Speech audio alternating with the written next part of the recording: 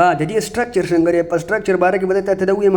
تا ته خو ما د ایکسپلینیشن وکړو صحیح داسې ته ما په دې پیولې په دې خبرو صحیح ده په دې یو پوینټ په دې ما ته پیولې دا ته ما ځکه دا ایکسپلینیشن وکړو صحیح ده پریویس دغه کې پارټ کې ګوره د دې سټرکچر څنګه دی سټرکچر یې داسې دی چې ګوره سبجیکټ به لګي څنګه چې موږ دلته لیکلی صحیح ده ورب به لګي ورب سره بیا ورب ون ما لیکلی V1 لیکلی V1 مطلب دا دی فسټ فارم آف د ورب صحیح ده جی فسټ فارم آف د ورب او د فسټ فارم آف د ورب سره به S یا ES لګي هو on the basis of subject صحیح ده سبجیکټ ته به ګورو که هغه سینګولري بیا به S یا ES مین ورب کې لګي که هغه پلورلي یا آی وغیره یا یو بیا به نه لګي صحیح ده بیا به مین ورب سره S یا ES نه لګي بیا به صرف ځان لګي مین ورب لیکي او آبجیکټ لکه څنګه چې دا دی آی سبجیکټ رایټ مین ورب او لیټر آبجیکټ نو دا د دې ایکټیو کې د دې داسې سټرکچر شو صحیح ده سبجیکټ به سرته لیکي بیا به ورب فسټ فارم آف د ورب به لیکي او یې سره به S یا ES لیکي on the basis of subjects plurality or singularity صحیح ده او بیا به آبجیکټ لیکي نو دا قشانتی آی رایټ لیټر سبجیکټ مین ورب آبجیکټ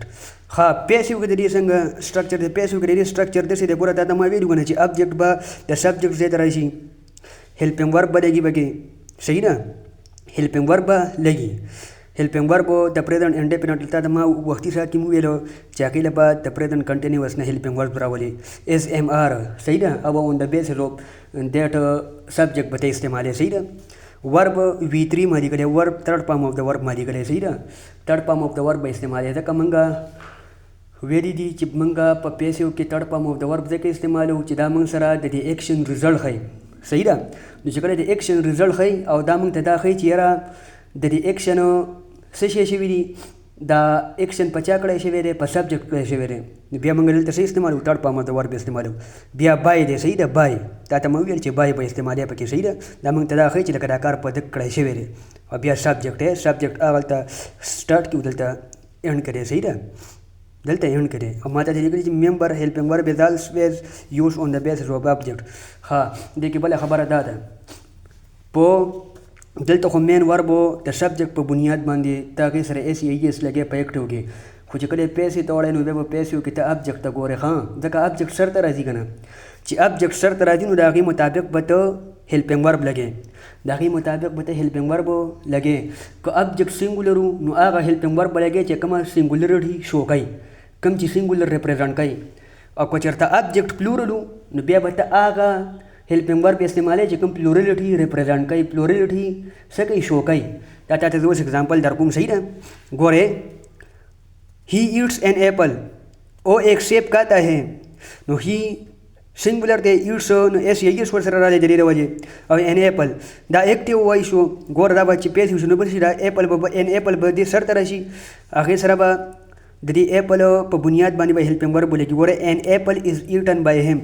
دا فسټ فارم آف د ورب تھرډ فارم آف د ورب ته چینج شو بای پکې ولګېدو او د دې هی دا سبجیکټیو فارم دی دا ابجیکټیو ته راغلی نو دلته هم ولګېدو او ګوره ایز هم لګولی دلته خو ما بل څه نشو لګولی ایز په خامخا لګو ځکه چې دا ایپل سینګولر دی یو ایپل دی صحیح ده که نه نو چې یو ایپل دی نو موږ د هغې دپاره هغه هیلپینګ ورب استعمال کو چې کوم موږ سره سینګولرټي شو کوي ښه دی بل ته ګوره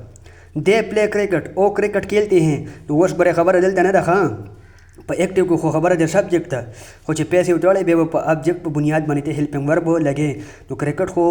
یو گیم دی که نه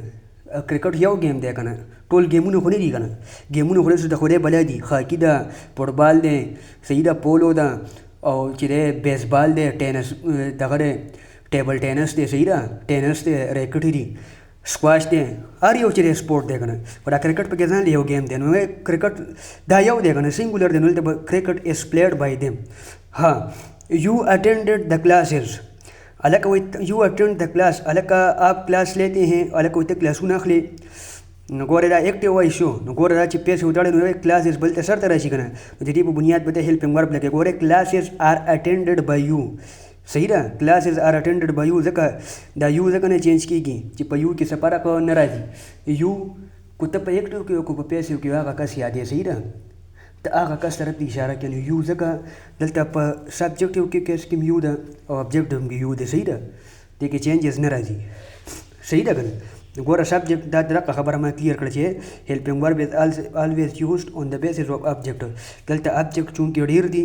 کلاس یو نه دی ډېر کلاسونه دي 3 دي 4 دي 5 دي نو د هغې دپاره موږ هغه هیلپینګ ورب استعمال کړو چې کوم پلورلټي موږ ته